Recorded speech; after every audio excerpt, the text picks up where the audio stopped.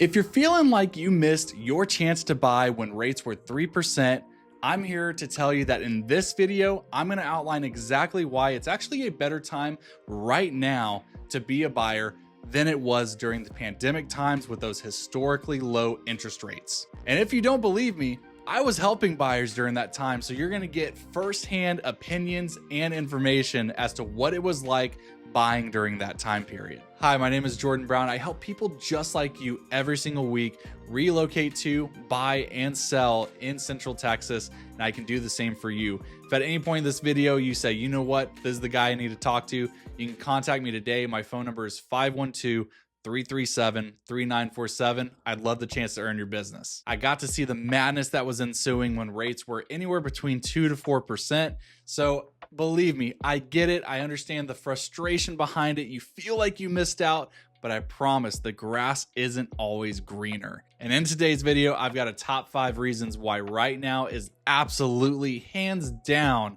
a better time to be a buyer in Austin, Texas than it has been for the last 5 years. Number 1, less buyer competition means more negotiation power for you. I want to take you back in time to 2020.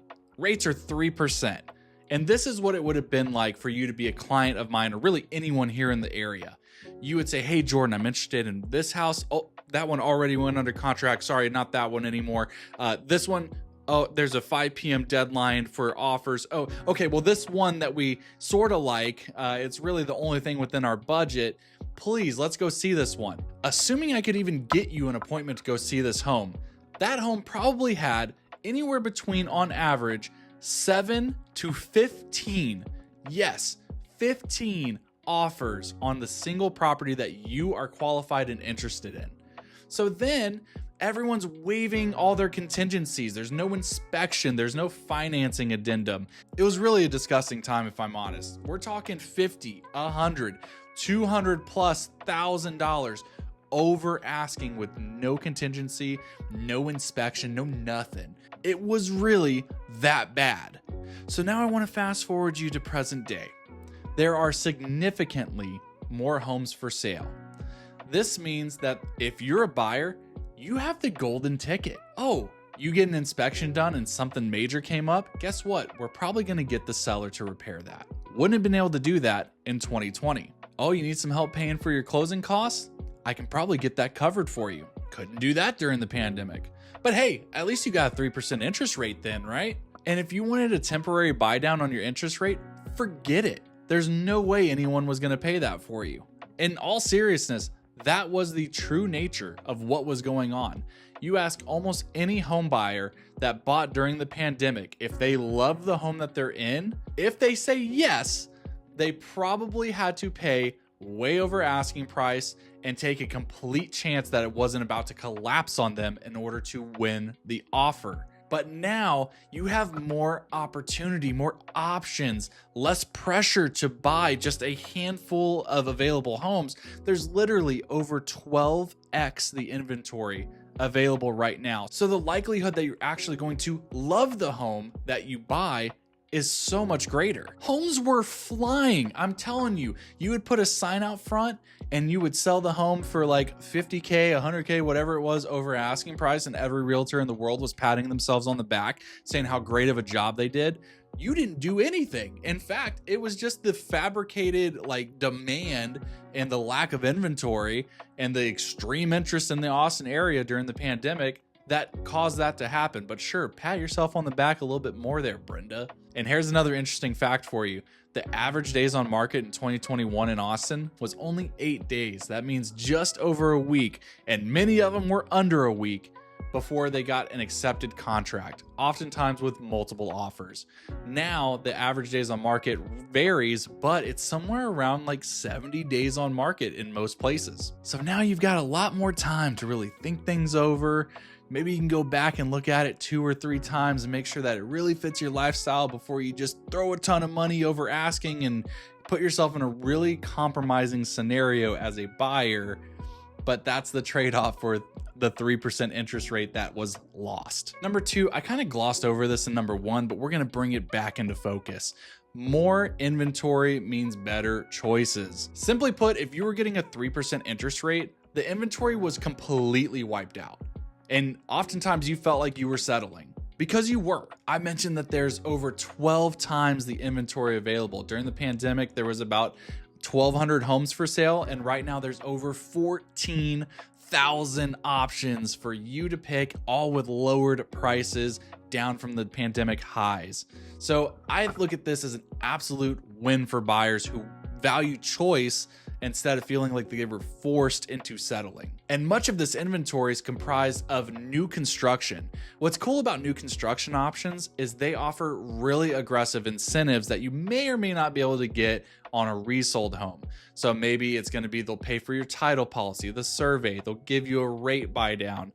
They'll be able to do all sorts of things like cover your closing costs. I've even seen some offer to get you out of your lease early. They'll pay like 6 months of your lease to get you out of that rental and into a home. I'll give you a real life example for a win for someone who, just like you, found me on my YouTube channel. I helped them relocate from New Jersey, and when we put together a plan to approach this builder, at the end of the day, we got them over $120,000 worth of incentives. You just don't get that on resold homes. So in conclusion on this point, more inventory with lessened demand means more time for you to do an inspection, more time for you to feel really good about the choice that you're about to make. Tell me that's not worth a little bit higher on your interest payment. Point number 3, you can always refinance later, but you can't change the price that you paid for the home. Since 2022, much of Central Texas, the prices have chilled out quite a bit. So by comparison, buying now, you're locking in a lower price. So that way, let's say rates ever go back to 3 or 4%. Well, now instead of the person who has that 3% interest rate, but they paid, I don't know, $700,000 for the home, you're now getting it for $500,000, right? That's just rough numbers here, but bear with me. So if you're getting it for $200,000 less, it's more likely to appraise by the time the refinancing becomes a real tangible option for you. But the person who has that 3% interest rate, sure, they locked it in, but they paid for it. I'm telling you, if you run any of the figures, a lot of times whatever you paid over is offsetting any savings that you're getting on interest rate. So if the opportunity presents itself that in the future you can refinance, if you're buying right now, you're locking in a nice lower price on the home. When you refinance, you're going to lower your payment, but you're keeping all that equity. Number 4, there's a lot of new ways to use buyer tools and incentives. Let me tell you what's really common right now in 2025 with my buyers, the 2-1 buy down. Basically what a 2-1 buy down is I'm going to ask the seller, or maybe it's the builder, to prepay a certain amount of the interest payments that you're going to pay over the next 2 years. So let's put this into a real life example. Let's say the market rate is 7% interest rate, which we're just under it right now, but let's just even it out, 7%. A 2-1 buy down, I'm going to get the seller or the builder to buy down your interest rate to 5% on that first year. So the 2 and the 2-1 buy down means 2% on your first year. So 5% the first year. In year 2, it's going to go up 1% to 6% before returning to the regular market rate of 7% in years 3 through 30. So what does it all mean? A 2-1 buy down option basically is making it to where I'm asking the seller to prepay for 2 years worth of a discounted mortgage payment before it returns to the normal market rate that it would have been if you would have not had the 2-1 buy down. So in all practicality, I'm buying you 2 years worth of time for rates to get a little more competitive to where you may want to refinance. And guess what? Down payment assistance programs, they're back. During the pandemic, many of these things you hear about, whether it be hometown hero discounts for teachers or firefighters or policemen, military, any of that all went out the window. And now that things have cooled off a little bit, they're starting to come back. As if you needed another example of how horrible it was to be a buyer during the pandemic, if there was a really in-demand community, this is a real-life true story. One of the communities here, this new build community, they had so much demand that what they did is they put up an auction where basically you had to front $100,000 to just be put in this big jackpot or like a big group of people where they were going to randomly select who was up to pick. So this 100 grand you had to front didn't even guarantee you a spot to be building. That's insane to me. I'm telling you, people were doing ridiculous things, including builders. The builder and realtor relationship suffered like none other than during the pandemic, when all of a sudden everyone was going directly to the builders. They were getting away with unfathomable things. They were treating clients so poorly, and now you're getting the red carpet rolled out for you. You're the VIP again. I'm telling you, I took clients to all types of builders, and every one of them would basically treat you the same. We would walk up to the sales office, we'd just be curious what they had for sale, and immediately rudely greeted and saying, if you don't have an appointment, we can't help you. Leave, go away. We're already sold out. Like this was the real buying experience for a 3% interest rate. So builders and lenders are competing for you again, not the other way around. And this one doesn't get talked about a lot, but adjustable rate mortgages are actually somewhat competitive again. They often have softer caps right now.